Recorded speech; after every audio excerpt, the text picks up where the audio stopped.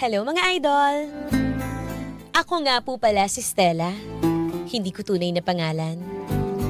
25 years old at long-time girlfriend ng boyfriend kong si John. I've known him all my life mga idol. Since elementary days, siya lang yung lalaking minahal at nakasama ko. And now na almost 11 years na kami together, bigla akong nakakaramdam ng pagkapagod sa relasyon namin. Hindi ko kasi alam kung hanggang kailan ba ako maghihintay na mag-propose siya sa akin. Kahit ilang beses na nga ako magparinig, hindi ko siya nakikitaan ng pagpupursige at plano para sa future naming dalawa. Kaya ngayong malapit na kaming mag-11th anniversary, torn ako kung makikipaghiwalay na ba ako o itutuloy ko pa. Maraming salamat po sa pagtanggap ng kwento ko mga idol. Muli ako po si Stella. And I thank you.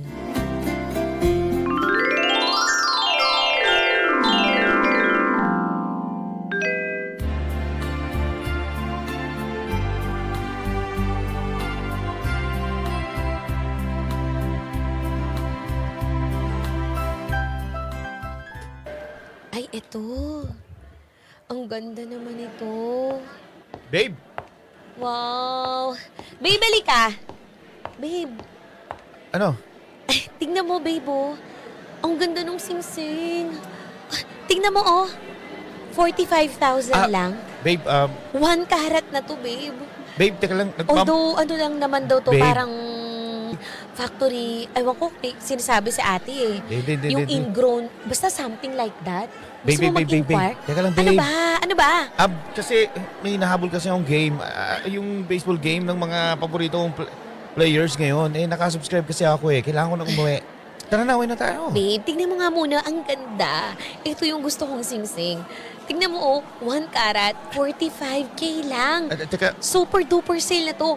Goodbye na to, babe. babe, ilang minuto na lang mag-uumpisa na lang. Sayang naman nag-subscribe kasi ako eh. Sayang naman. Gusto ko kasi panoorin sa TV. Hindi ko kasi ayaw panoorin sa cellphone. Maliit ng cellphone screen eh. Ano ba Tara na. yan? Tara na. Wait, aray ko. Tara na. Makahatak tara na. naman to. Teka, hindi pa nga tayo kumakain eh. Nagugutom na ako. Oo nga pala. Nabis ko kasi yung luto mo eh. Magluto ka na lang sa bahay. Pagluto mo ako ng sinigang, nilagang baka. Ano ba yan, babe? Nandito na tayo sa mall. Magluluto pa ako. Hindi, gusto ko kasi yung mga luto mo eh, habang nanonood tayo ng baseball game eh. At saka, madali lang pakuluan yun eh. Pressure cooker mo lang yun. Tsaka naandun na lahat ng Ricardo. Tara na, uwi na tayo. Halika Ano ba na. yan? Wait, tignan mo muna to. Halika Aray na. ko, sandali. Tignan mo.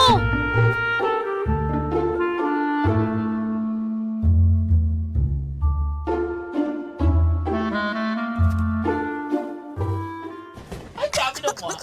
Congratulations Yes. talaga. Thank you so much. Ay, grabe ha. Engaged ka tapos sa Paris pa ha? In France ha? Yes.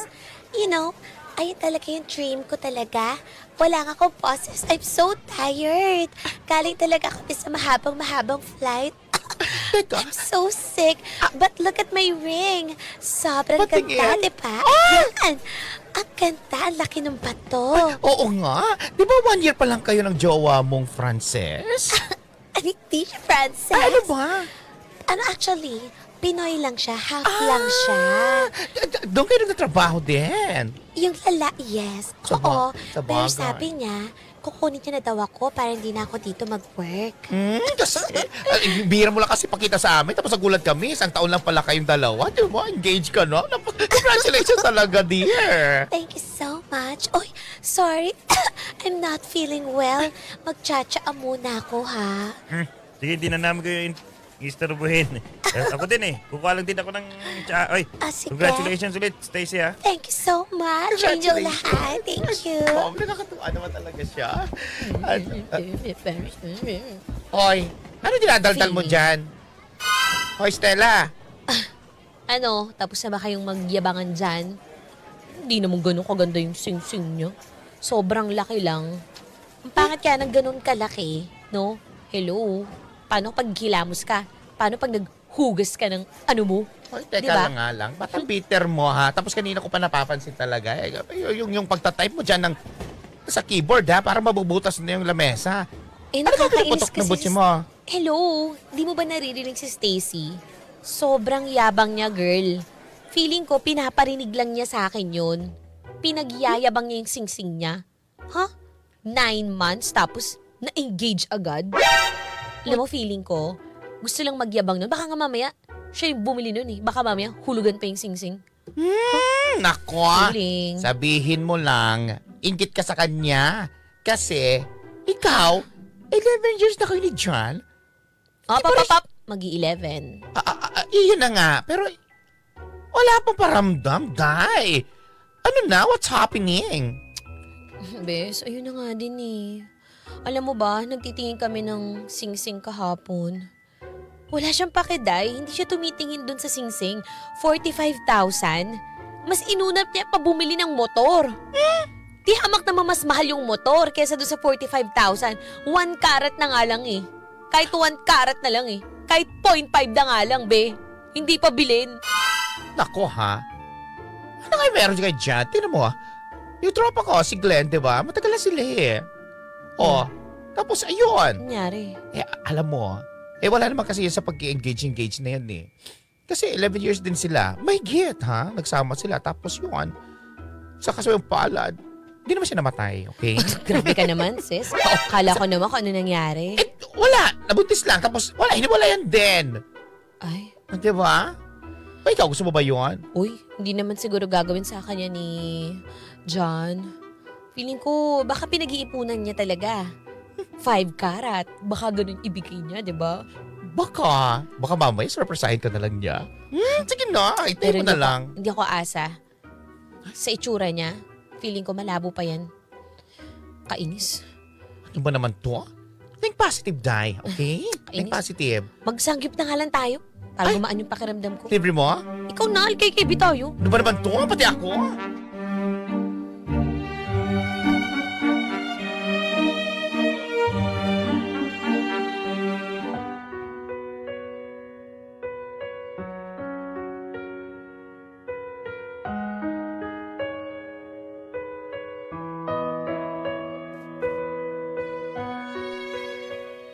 Aminado ako na lahat ay binigay ko na kay John, mga idol. Sarili ko, buhay ko, pera ko, pati na rin yung dangal ko.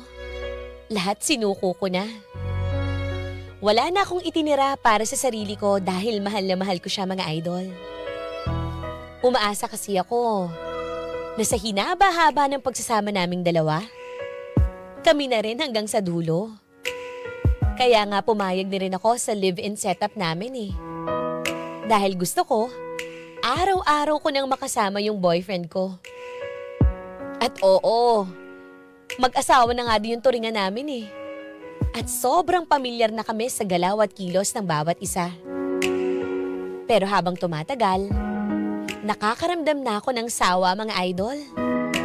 Dahil pakiramdam ko, sobrang nagiging complacent na si John.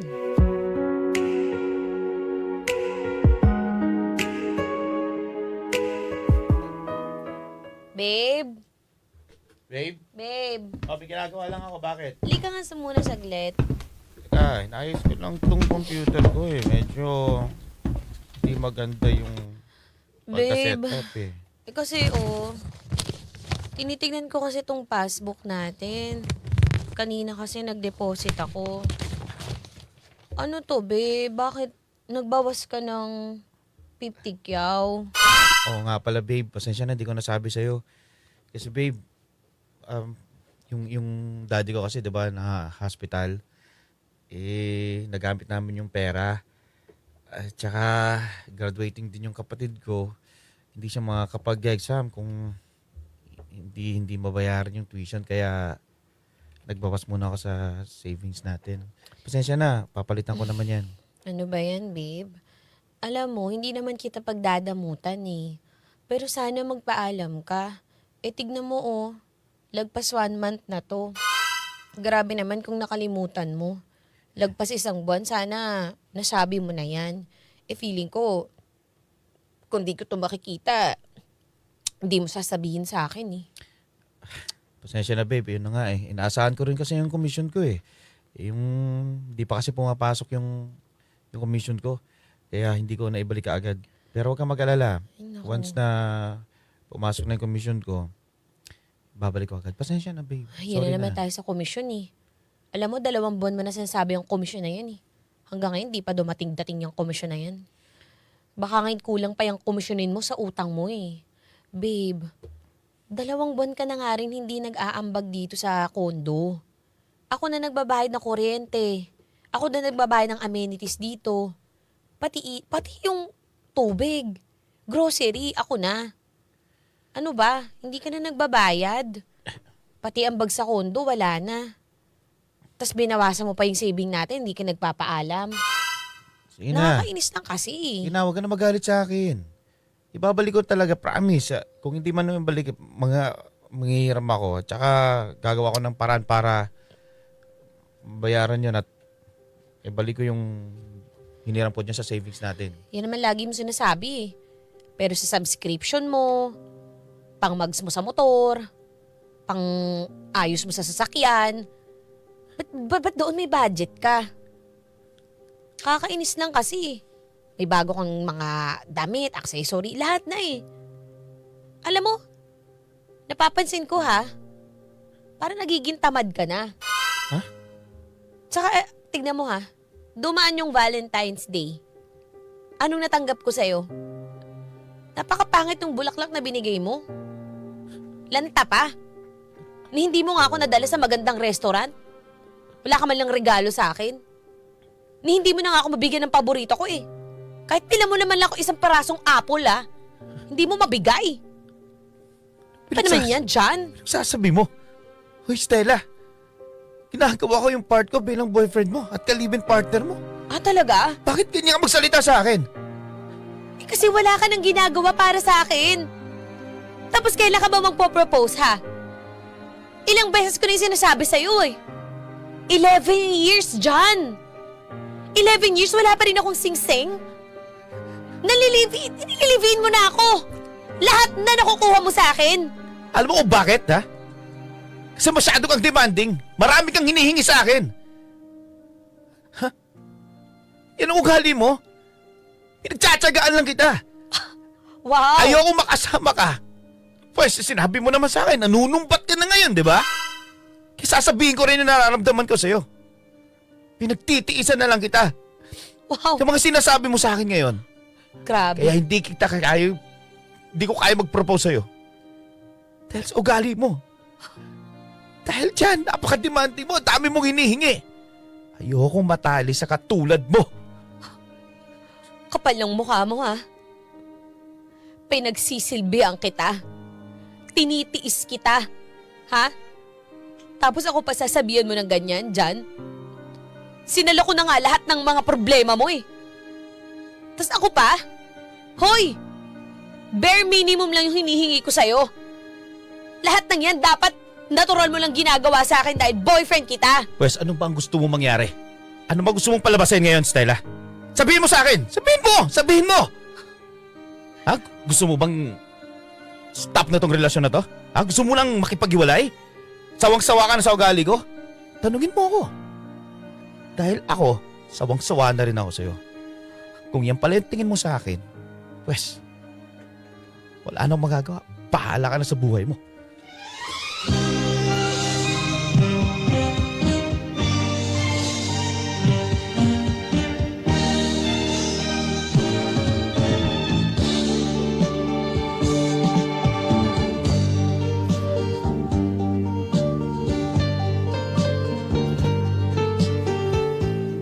Yan na nga bang sinasabi ko? Masyado ka kasing nagpapadala dyan sa dyan na yan. Ilang beses ko na sa'yo sinasabi na hindi nga okay yan lalaki na yan. Sinamahan mo pa. Ma, kapal niya. Siya pa yung nagsabi na ayaw niya akong pakasalan. Lahat naman ginawa ko na eh. Lahat na binigay ko na. Diyos ko. Ayun na nga eh. Lahat na ibinigay mo. Anak, hindi tama naman yan. Dapat hinahayaan mo siya. Hindi ikaw na yung sumasalo ng lahat. Kaya ang lalaki mawawala ng gana yan kasi ginagawa mo na lahat eh. Patay na patay ka sa kanya. E di siya, okay lang. Ikaw naman ang hahabol-habol sa kanya. Di kanya na paghihirapan. Pero mahal na mahal ko po si John, Ma. Kahit nasaktan ako sa mga sinabi niya, pili ko nadala lang din siya ng galit. Dahil triniger ko siya eh. Ako yung mga nagsalita ng masasakit eh. Anak, mag-isip-isip ka nga. Bata ka pa, anak. Marami pang magyayari maganda sa buhay mo. O sige, tignan mo kung ano gagawin ni Jan. Hayaan mo muna siyang kumilos. Huwag munang ikaw ng ikaw. Hantay mo na siya lumapit sa'yo. Hindi ikaw yung nagkakandara pa dyan sa lalaki na yan. Ha? Pumarito ka muna sa bahay. At pag-isip-isip ka mabuti, anak.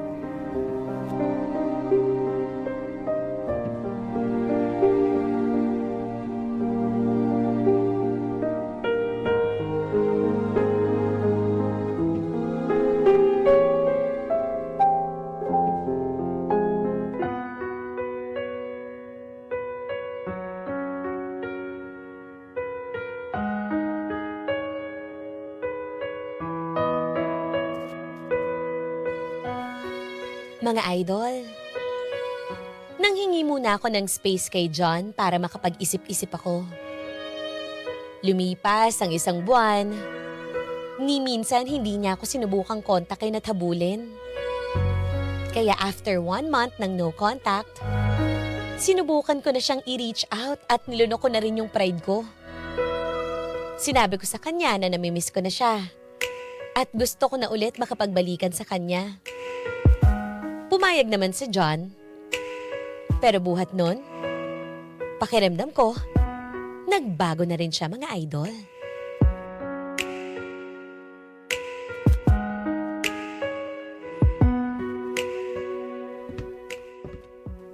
Babe, luto na. Eto na nilagang baboy. Ay, baka pala to. Nilagang baka, your favorite. Tikman mo na, babe. Ano ba? Gusto mo ba mamaya labas tayo or gusto mo hilutin kita? Kasi 'di ba sabi mo nananakit yung balikat mo. Hilutin na lang kita mamaya. Or gusto mo mamaya, alam mo na. Kasi medyo matagal-tagal na rin tayong walang ganun. Ano, babe? Gusto mo ba?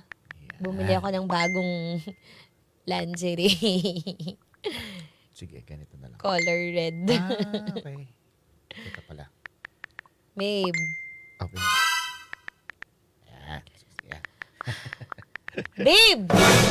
Oh, diyan ka pa pala. Ano ba? Sino ba yung kachat mo? Oh, wala. Magka-chat lang ako. Kailangan ko lang itong replyan. Importante ito eh. Kanina ka pa dyan eh. Ay, na kayang phone mo? Akin na yung phone mo! Bakit ba? Ano to? Sino to? Sino tong Clara na to? Ha? Hayop naman dyan, harap-harapan, ha? May ka-I miss you, may ka-I love you ka, harap-harapan, ha? Nanginginig ako, ano to? Ano to? Stella, kinig ka muna. Gano'ng katagal mo na ako niloloko, ha? Gano'ng katagal mo na ako niloloko? Sino to? Sino to? Hayop. Hayop ka. Hayop ka. Hayop ka. Stella, ano ba? Sino to? Matagal ko na rin gusto sabihin sa'yo. Kaya ba nagbago ka na? Niloloko mo ako? Ganun na nga. Stella, wala na talaga kahit gusto ko mang pilitin na mahalin ka ulit. Pero wala na talagang nararamdaman sa'yo. Bakit nakapagbalikan ka pa sa akin? Gusto ko naman subukan. Pero wala na talaga eh. Pinaglaruan mo ako. Hindi kita pinaglaruan. Sinungaling! Sinungaling ka. Pasensya ka na, Stella. Minahal na kita. Hindi naman nagkulang yung pagmamahal mo sa akin. Pero ngayon, akala ko, kaya pang ayusin. Kaya pang maibalik yung pagmamahal ko sa'yo. Pero hindi na pala. Wala na akong nararamdaman sa'yo, Stella. I'm so sorry. Wala na. Pasensya na, Stella.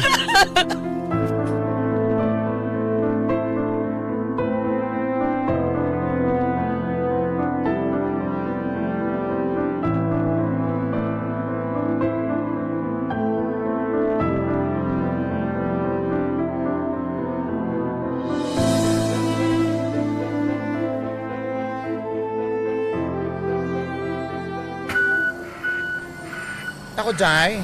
Alam mo naman balita? Ano? Sige, Manong, okay na yan. Salamat. Doon na lang sa address ko sinend ko, ah. Sige, dito na lang. Dami ba palang gamit dito sa kondo mo? Oh, nako. Alam mo, nakita ko kasi yung picture ni Jan eh. Eh no, hindi mo pa natatapon. Nako. Ayoko nang marinig yung pangalan na yan. Sorry eh. Pero, nakita ko sa IG niya eh. Oh, Engaged na pala siya. hindi na ako magugulat dyan. Kapal na mukha, no? Grabe. Ano yan? 2 months na engaged? 3 months? Oo nga, oh. Nakapost niya. Tsaka, in fairness, parang mamahalang resort pa to. Anyways. Hayaan mo na yan. Alam mo tayo, mag-share go tayo. Nabook ko na. Sure. Pero bago tayo mag-Siargao, akin yung comforter mo. Okay lang ba? Hindi pwede! Uy, akin Mahal mo. yan! Hindi, akin Hindi na nga! Awitin, nais kong malaman mong ika'y bahagi na ng buhay ko.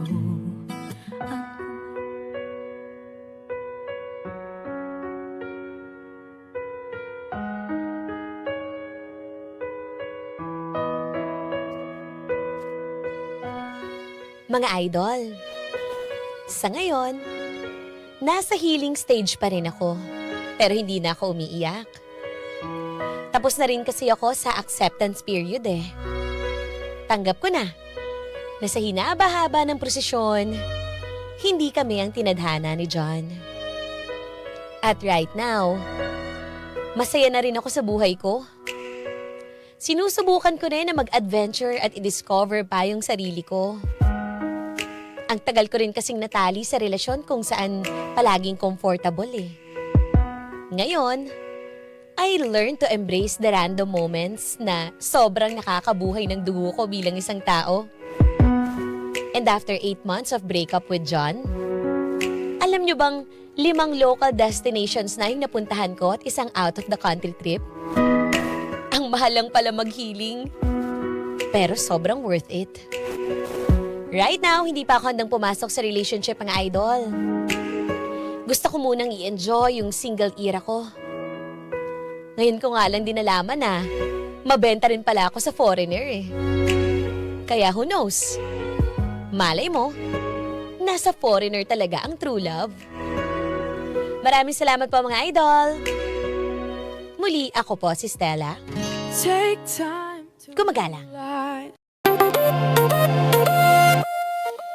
Mga idol, may kwento ka bang gustong ilabas sa yaman o sakit? May handang makinig. I-chat mo lang kami sa Facebook page 93.9 IFM Manila para bigyang buhay dito sa IFM. Dahil ang kwento ng idol, maririnig ko na yarn. Hindi lang sa radyo. Ang IFM live drama ay nasa Spotify na rin. Available din sa YouTube at Facebook. Grabe naman yun! Daming, ganda ng kwento, Ang daming mga idol natin, mga loyalista natin na affected sa kwento natin sa FM Live Drama. Yes, Daddy Do. Ang daming nakarelate kasi ganun eh. After super long relationship, like 11-10 years, ending talaga nagbe-break up, Daddy Correct. Do. Ito nga sabi ni Ate Lilian, no? Good morning sa lahat. Huwag masyadong magpatangay sa labis na pagmamahal. Nakakahangal yan. Dapat both nagmamahal, hindi yung isa lang ang minamahal dyan. Papasok ang pag-aabuso. busy ang boyfriend mo, kakatext sa ibang babae, huwag masyadong pa-easy to get. Kaya nakikita ng lalaki na patay ka sa kanya. Ikaw ang hahabol-habol na parang aso. O, at Yeah! Parang iba yung hugot ni Ate Lilian ituloy dyan, mo yung healing process mo. Lalo if bata ka pa, huwag kang maging martyr. Huwag ipilit ang sarili kung hindi pa oras. O, diba? Yun. Tama yan. Alam nyo, ang sarap kaya ng single era, mga idol. Kasi makakapili ka talaga ng lalaki na fit for you. Ang sarap kaya nung dating period na princess treatment ka, ganyan, yung hindi mo na-experience sa ex mo, ma-experience mo yan sa lalaki na Para sa'yo. nakalaan para sa'yo. Yan. At sabi ni Boss Bong Borillo, grabe, Daddy Dong, umiiyak ng senior namin dito, si Nanay Rosita Alvarez sa drama ninyo. Wow, na-miss na yung ex niya. Nanay, ha? Nanay ha, may asim pa.